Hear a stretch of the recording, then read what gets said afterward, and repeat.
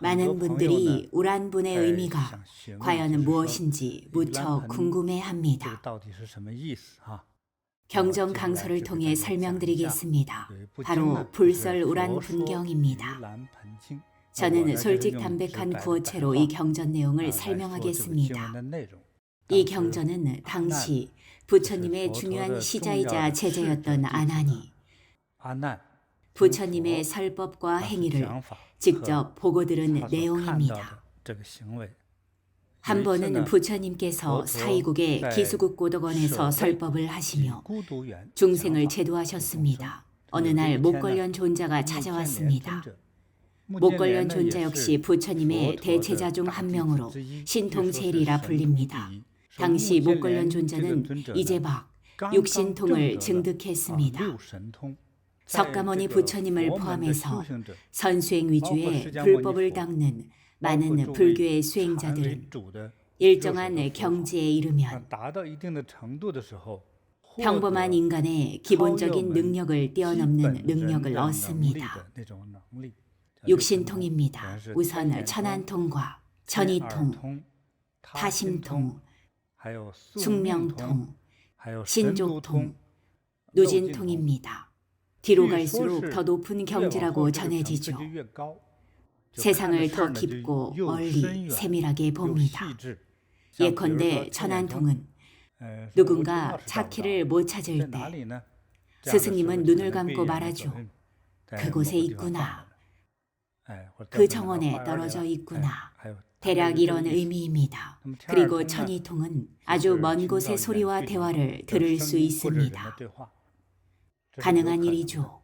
이제 막 육신통을 증득한 목걸련 존자는 부모님께 감사드리고픈 마음에 실력으로 부모님을 살펴봤습니다.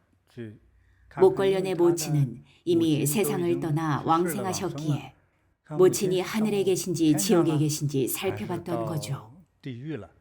천안으로 본 결과는 참혹했습니다. 모친은 아기도에서 고통받으며 굶주림에 뼈만 앙상했습니다. 애처로웠습니다. 어둡고 춥고 더럽고 냄새나는 환경에서 학대까지 받고 있었죠. 안 돼. 반드시 어머니를 돕겠어. 먼저 자신의 신통력으로 진귀한 음식을 한 바리떼 가득 만들어 어머니가 드시게 하고 싶었습니다. 과거 출가 수행자나 승려가 중생을 제도하며 탁발할 때 쓰던 작은 그릇이나 사발 같은 용기가 바로 바리떼입니다. 목걸련은 온갖 징계한 음식을 그 바리떼에 담아 신통력으로 지옥에 계신 어머니 앞으로 보냈습니다. 그런데 어머니가 먹으려고 입을 열자 음식이 순식간에 불덩이로 변했습니다. 어떻게 삼키겠습니까? 입안에 넣자마자 불덩이로 변해서 화상을 입혔습니다. 여러 번 해봐도 똑같았죠. 그의 법력은 매우 강했지만 보내드린 음식은 매번 불덩이가 됐습니다. 도무지 먹을 방법이 없자 조급해진 목걸련은 서둘러 부처님을 찾아가 자초지종을 아뢰었습니다. 모친이 고통받는 것을 발견하고 신통력으로 음식을 보냈지만 밥이 입에 닿기도 전에 불덩이로 변해서 드실 방법이 없습니다. 저는 효도할 능력조차 없습니다. 부처님 도와주십시오. 어떻게 배불리 드시게 할 수 있을까요? 부처님이 말씀하셨죠. 그 효심은 정말 중요하고 천지를 감동케 하나 그대 모친의 죄업이 너무 무겁기에 사대 천안이 와도 도울 수 없느니라. 목걸련은 어떻게 할지 여쭈었습니다. 제발 살 길을 알려주십시오. 그건 사실 그대와 가까이 있다. 그대가 직접 많은 수행자들을 공양하면 되느니라. 생각해 보십시오. 목걸련은 위대한 신통력을 얻은 사람입니다. 많은 수행자들의 으뜸이라 할 수 있죠. 제가 그들을 공양하라고요? 그들의 능력이 부처님보다 큽니까? 부처님 한 말씀이면 어머니가 먹을 수 있죠. 그건 나도 할 수 없는 일이라. 그대가 직접 공양해야만 이 일을 확실히 해결할 수 있다. 아무도 방법이 없다. 못 믿겠으면 다시 해보거라. 누구에게 청하든 음식은 불덩이가 될 것이다. 이제 그대의 모친을 구제하는 법을 설하겠다. 그대 모친의 죄업이 너무 무겁기에 그대가 직접 많은 수행자와 승려들을 공양해야만 그들의 공덕으로 모친의 업을 소멸할 수 있고 죄업이 소멸되면 곧 구원을 얻느니라. 먹는 것은 작은 문제일 뿐이다. 더 나아가 지옥에서 벗어나 극락에 올라야 하지 않겠느냐. 더 높은 생명의 경지를 얻어 전인이 되어야지 지옥에 있어 되겠느냐. 정말 가능합니까? 물론이다. 7월 15일을 명심하라. 중국의 음력 7월 15일은 수행 중인 불가의 많은 제자들이 여름 폐관 수행을 원만하는 날이다. 그날은 불환일로도 불립니다. 불환일이 뭘까요? 또 새로운 많은 수행자들이 성불했기에 불환일로 불리죠. 이 수행자들이 부처가 될 수 있고 또 이미 성불한 승려들도 중생들이 해탈하여 성불했으니 더욱 기뻐하며 불환일이라 부릅니다. 그날 여러 승려에게 많이 공양할수록 모친이 구제받는 효과가 더 클 것이다. 그리 공양하면 그대를 낳아준 현세의 친부모뿐만 아니라 7세 부모까지 모두 구제할 수 있다. 그리 해야만 그대가 바라던 소원을 이루는 공덕을 쌓을 수 있다. 어찌해야 할까? 우선 그대가 진귀하게 여기는 좋은 음식을 준비하여라. 예컨대 제가 국수를 좋아하면 수행자들이 국수를 공양하고 제가 오이와 콩 요리를 좋아하면 그것도 공양합니다. 제가 감, 사과, 파인애플을 좋아하면 그걸 아는 제자들이 품질이 좋은 과일들을 공양합니다. 이렇게 온갖 좋은 음식을 공양하죠. 생활용품도 있습니다. 스승님이 수건이 필요하면 수건을 공양하고 날이 추우면 따뜻한 옷과 방석, 향로와 향을 공양합니다. 이처럼 필요한 모든 생활용품과 수행용품을 공양합니다. 또 향유도 있죠. 과거의 향유는 주로 등을 켜는 데 썼습니다. 고대에는 등을 오래 켜려면 반드시 기름이 필요했습니다. 보통은 식용유를 썼습니다. 인체 무해에서 먹기도 하고 등을 켤 수도 있죠. 시간이 없는 사람은 돈을 공양해도 될까요? 됩니다. 본인이 귀중하게 여기는 보석이나 황금도 괜찮고 즉시 돈으로 바꿀 수 있는 것도 다 됩니다. 이러한 진귀한 것들을 준비해서 큰 용기에 담았죠. 불가의 수행 승려들에게 공양하는 이 큰 대야를 우람분이라고 합니다. 공양분 또는 공덕분으로도 불리는 이 대야를 시방의 대덕 승려와 수행자들에게 공양했습니다. 이 용기가 우람분입니다. 이것이 바로 지옥의 모든 유령 중생을 제도하는 대명절, 우람분의 진정한 기원입니다. 우람분절은 불가 수행자들이 폐관 수행을 마치고 나오는 날입니다. 또한 이날에는 다양한 수행자를 공양합니다. 깊은 숲속에서 수행하거나 산속 동굴에서 고행하거나 보리수와 같은 나무 아래서 수행하는 이들 중에는 나한도 또는 보살과외를 증득한 분도 아주 많습니다. 사람의 겉모습만 보면 안 됩니다. 어떤 이는 십지보살의 과외를 증득하여 부처와 약간의 차이밖에 없죠. 거의 부처가 되었습니다. 그들에게 공양하면 자신의 모든 재난, 근심, 업장이 모두 소멸됩니다. 그들의 공덕과 법력은 그만큼 거대합니다. 누구든 그들에게 공양하면 저절로 업이 소멸되고 바라던 모든 합리적인 도움을 얻을 수 있습니다. 따라서 이러한 수행자들에게 공양하면 우리의 현재 부모뿐만 아니라 나아가 전 7세 부모 또는 악업의 과보를 받고 있는 더 많은 우리의 가족과 친척들을 사막도에서 벗어나게 할 수 있습니다. 사막도는 보통 지옥도, 아귀도, 축생도를 말합니다. 특히 우리의 현세와 7세 부모를 더 빨리 사막도에서 벗어나게 하고 더 빨리 해탈하게 할 수 있고 풍족한 의식주와 평안한 삶을 얻게 할 수 있습니다. 공양자의 현재 부모가 건재하다면 더더욱 불보살님의 보호를 받아 반드시 건강과 장수를 누리고 늘 평안한 삶을 살 수 있습니다. 만약 7세 부모가 사막도에서 고통받고 있다면 공양의 공덕 덕분에 즉시 천도에 환생하여 도리천, 도설천과 같은 천도에서 모든 즐거움과 아름다움을 누립니다. 목걸련 존자는 부처님의 가르침을 그대로 따라 실천했습니다. 그도 직접 이러한 큰 공양을 하고 공양할 수 있는 모든 승려에게 공양했죠. 부처님은 시방의 승려들에게 공양하는 모든 시주에 대해 말씀하셨습니다. 시주는 누구일까요? 공양을 올린 사람입니다. 공양을 받는 승려와 수행자는 먼저 공양자를 위해 재난을 멸하는 축원을 합니다. 나한 보살급의 수행자들이 마음으로 생각을 일으키면 대부분 실제의 결과로 나타납니다.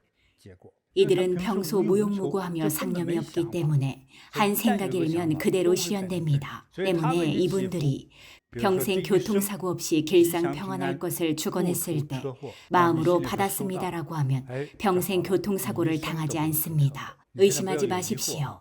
제가 여러분을 축원하면 마음속으로 받았습니다라고 합니다. 진의를 의심하면 이를 그르칩니다. 한번 해봅시다. 여러분이 공양자라면 평생 교통사고 없이 평안하고 상서롭습니다. 받았습니다. 영원히 그렇습니다. 받았습니다. 진심으로 받았습니다라고 말했다면 평생 평안하고 상서롭습니다. 그런데 이상하게도 스스로 모순될 때가 있죠. 상서롭기를 바라면서도 자꾸 의심이 됩니다. 이때는 등공양을 더 많이 하세요. 사고가 생길 수도 있기 때문에 순간적으로 망설임이 생기는 겁니다.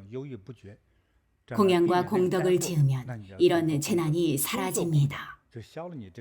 승려는 먼저 시주를 위해 축원한 후 공양받은 음식과 용품을 사용할 수 있습니다. 이때 목걸련 존자와 법회에 모인 대보살들은 모두 크게 기뻐했습니다. 목걸련은 더 이상 슬피 울지 않았죠. 목걸련이 공양한 바로 그날에 그의 모친이 본래 일겁 동안 받을 아기도의 고통에서 즉시 벗어나 천국으로 왕생하여 천인의 즐거움을 누렸기 때문이죠. 목걸련이 부처님께 여쭈었습니다. 제자의 부모가 불법승 삼보의 공덕의 힘으로 고통에서 벗어났습니다. 만약 미래세의 사람이 자신의 부모에게 효도하고 부모를 고통의 바다에서 벗어나게 하고자 할 때도 이 방법을 쓸 수 있습니까? 그렇다. 참으로 훌륭한 제안이구나. 지금 그대가 수행자이든 국왕이든 또는 권세가 높은 고관대작이든 부자이든 가난한 일반 백성이든 이대로 실천하면 그 효과는 모두 같다. 자신의 현세 부모와 과거의 7세 부모를 위해 불환일에 내가 앞서 말한 진귀한 음식과 재물과 보석을 시방 승려들에게 공양하면 현세 부모는 반드시 건강과 즐거움 그리고 천수를 누릴 것이며 과거의 7세 부모 또한 사막도의 고통에서 벗어나 즉시 인도와 천도에 환생하여 한없는 즐거움을 영원히 누릴 것이다. 부처님께서 말씀하셨습니다. 미래에 모든 이가 효를 행하고자 한다면 마땅히 현세와 과거 7세 부모의 은덕을 늘 기억하고 떠올려야 한다. 매년 7월 15일 불환일에 현세와 7세 부모의 은덕에 감사하는 것 외에도 반드시 그들을 위해 우람분 법회를 봉행하여 불법승을 공양해야 한다. 이것이 부모의 길러준 은혜에 보답하는 가장 좋은 방법이다. 따라서 우람법회는 마땅히 모든 불제자들이 깊이 믿고 봉행해야 하느니라. 목걸련 존자와 모든 제자들은 부처님의 법문을 들은 후 부처님이 부모를 구제할 수 있는 이고등락의 비법을 가르쳐 주시매 모두 매우 기뻐하며 감동했습니다. 이것이 바로 우람법회와 불환일의 진정한 기원입니다. 스승님의 불설우람 분경 강설에 정말 감사드립니다. 저희도 많은 것을 배웠는데요. 질문이 있습니다. 경전 내용에 따르면 목걸련존자가 신통력을 증득했고 심지어 모든 제자들 중에 신통제일로 불렸습니다. 그만큼 신통력이 강력한데 왜 모친을 직접 구제하지 못하고 불법승 공양을 통해서만 효과를 볼 수 있었나요? 신통력을 증득하는 것과 근본적 깨달음을 얻는 것, 즉 원만 구족에 이르는 것은 그 여정에 아주 큰 차이가 있습니다. 오한 육신통을 증득했다고 진정한 깨달음과 성부를 이뤘을까요? 아직 아니죠. 신통력이 생긴 것뿐이죠. 예를 들어 예지력이 생겨 누군가를 만날 것 같은 느낌이 들면 정말로 곧 그 사람을 만납니다. 하지만 이것과 큰 공덕을 지은 것은 매우 다릅니다. 부처님의 방법을 따라 신통력을 얻은 것뿐이기에 업장, 공덕과 관련된 근본적인 기반은 아직 부족합니다. 불교에는 이런 말이 있습니다. 원만 구족하고 중생을 이롭게 해야 비로소 부처이다. 예컨대 보살도 나안도와 같은 분이나 심지어 벽지불조차도 도인 무수의 경지에 이르지 못했습니다. 특히 지장경에서 지장왕보살과 문수보살이 제도한 생명은 셀 수 없이 많았습니다. 지혜제일의 문수보살에게 제도한 수를 묻자 너무 많아 셀 수 없다 대답했죠. 부처님께 여쭈자 나 역시 너무 많아서 셀 수가 없다. 겐지스강 모래알보다 몇 배나 더 많으니 도저히 셀 수 없구나. 이런 경지에 이르러야 성불할 수 있는 겁니다. 그만큼 공덕이 무량했죠. 그 공덕은 무량한 중생을 이롭게 하여 쌓인 것입니다. 제 경험에 따르면 몇 가지 어려움이 있는데 다른 어려움은 말하지 않겠습니다. 작은 신통력이라도 얻기 매우 어렵지만 공덕을 쌓는 것에 비하면 그나마 쉬운 일입니다. 다른 각도에서 살펴보죠. 중국인들에게 잘 알려진 명나라 소설 서유기가 있습니다. 책은 안 봤어도 TV 드라마로는 다들 보셨을 겁니다. 남녀노소 모두 좋아하는 내용이죠. 서유기에 등장하는 스승인 삼장법사와 4명의 제자들을 비교했을 때 누구의 능력이 가장 강합니까? 손오공이죠. 하지만 보통은 스승이 가장 강해야 마땅한데 왜 제자가 더 강할까요? 서유기에서 삼장법사는 어떤 존재로 묘사되어 세상에 왔을까요? 그는 누세에 걸쳐 불법을 수행한 위대한 대덕승려이며 부처님에 가까운 생명 상태입니다. 하지만 이 세상에 내려왔을 때 누구도 감당하기 힘든 제자들의 스승이 된다는 것이 얼마나 힘든 일이겠습니까? 담상장이 스승이 된 것은 법력이 아닌 공덕의 힘이었습니다. 하지만 손오공은 법력에 의지했죠. 손오공의 다양한 능력은 소설에 많이 묘사되어 있지만 아무리 법력이 강해도 제자에 불과했습니다. 담상장은 과연 어떤 힘으로 이 4마리 요괴를 다스리고 제자로 만들었을까요? 바로 자비로운 공덕의 힘입니다. 따라서 신통력은 확실히 어느 정도의 공덕과 법력과 방법을 갖출 수 있지만 진실하고 거대한 공덕을 얻는 것과 비교하면 아직 한참 부족합니다. 목걸련존자는 과거에 대자를 붙여서 대목걸련존자로 칭했습니다. 법력 제일이었죠. 하지만 법력 제일이 결코 공덕 제일은 아닙니다. 왜 성적이 최고인 학생들이 반드시 최고의 운명을 누리지는 못할까요? 부모가 천재적인 머리를 물려줘서 계산과 시험에는 능하지만 사람 댐댐이가 모자른 것은 공덕이 부족해서죠. 중요한 순간에 끈을 놓쳐 아래로 떨어집니다. 복이 있는 사람은 성적은 보통이지만 만사가 순조롭죠. 3단계 진급을 하거나 큰 돈을 법니다. 공덕과 복이 있는 사람은 그렇습니다. 따라서 법력이 공덕을 대변하진 않지만 특별히 불법의 법력에는 공덕이 어느 정도 포함된다고 생각합니다. 하지만 절대적으로 공덕을 대변하진 않죠. 우리가 승려들과 삼보를 공양하면 왜 그렇게 큰 이로움을 얻을까요? 그 중에 이미 높은 과외를 증득한 분이 있기 때문입니다. 나아니든 그와 비슷한 과외든 사실 그분들은 큰 공덕과 에너지를 지니고 있죠. 평범한 사람과 비교하면 그들은 거대한 산과 같고 우리는 작은 땅콩에 불과합니다. 따라서 많은 분을 공양할수록 우리가 얻는 공덕과 에너지도 커집니다. 더 쉽게 부모를 구제할 수 있죠. 목걸련조차도 법력은 있었지만 큰 공덕이 없었기에 그저 고통받는 모친을 바라보며 탄식할 수밖에요. 우리는 특히 불환일과 다른 큰 명절에 공양을 많이 하는 것이 습관이 되어야 합니다. 모래가 모여 탑을 이루듯 꾸준히 쌓아야 합니다. 저축의 이치와 비슷하죠. 예를 들어 매달 월급의 10%를 저축한다고 합시다.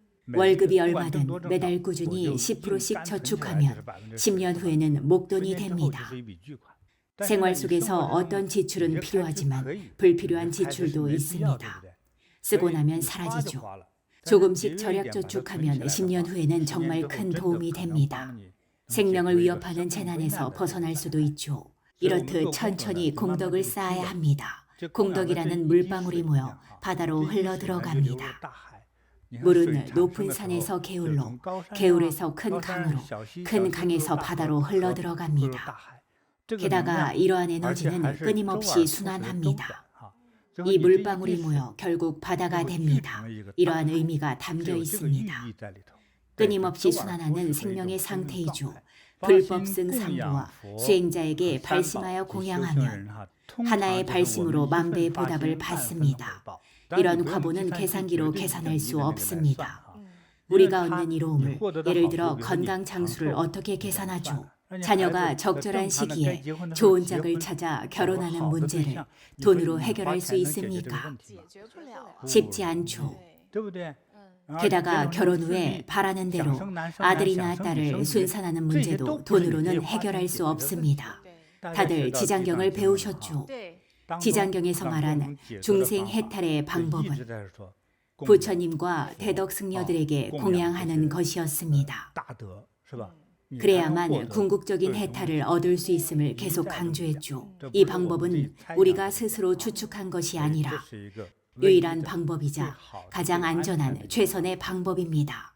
이처럼 높은 공덕이 생기면 원하는 것을 갖고 원하는 자녀를 낳을 수 있고 먹고 싶은 건 다 먹을 수 있죠. 이러한 복은 결코 돈으로 계산할 수 없습니다. 바다처럼 깊고 넓은 거대한 공덕이 생기면 원하고 바라는 모든 일이 진짜로 이루어집니다. 오늘 여러분은 새로운 지식을 배웠습니다. 우람분경을 배웠죠. 현세 부모와 7세 부모에게 진정으로 효도하려면 어떻게 해야 할까요?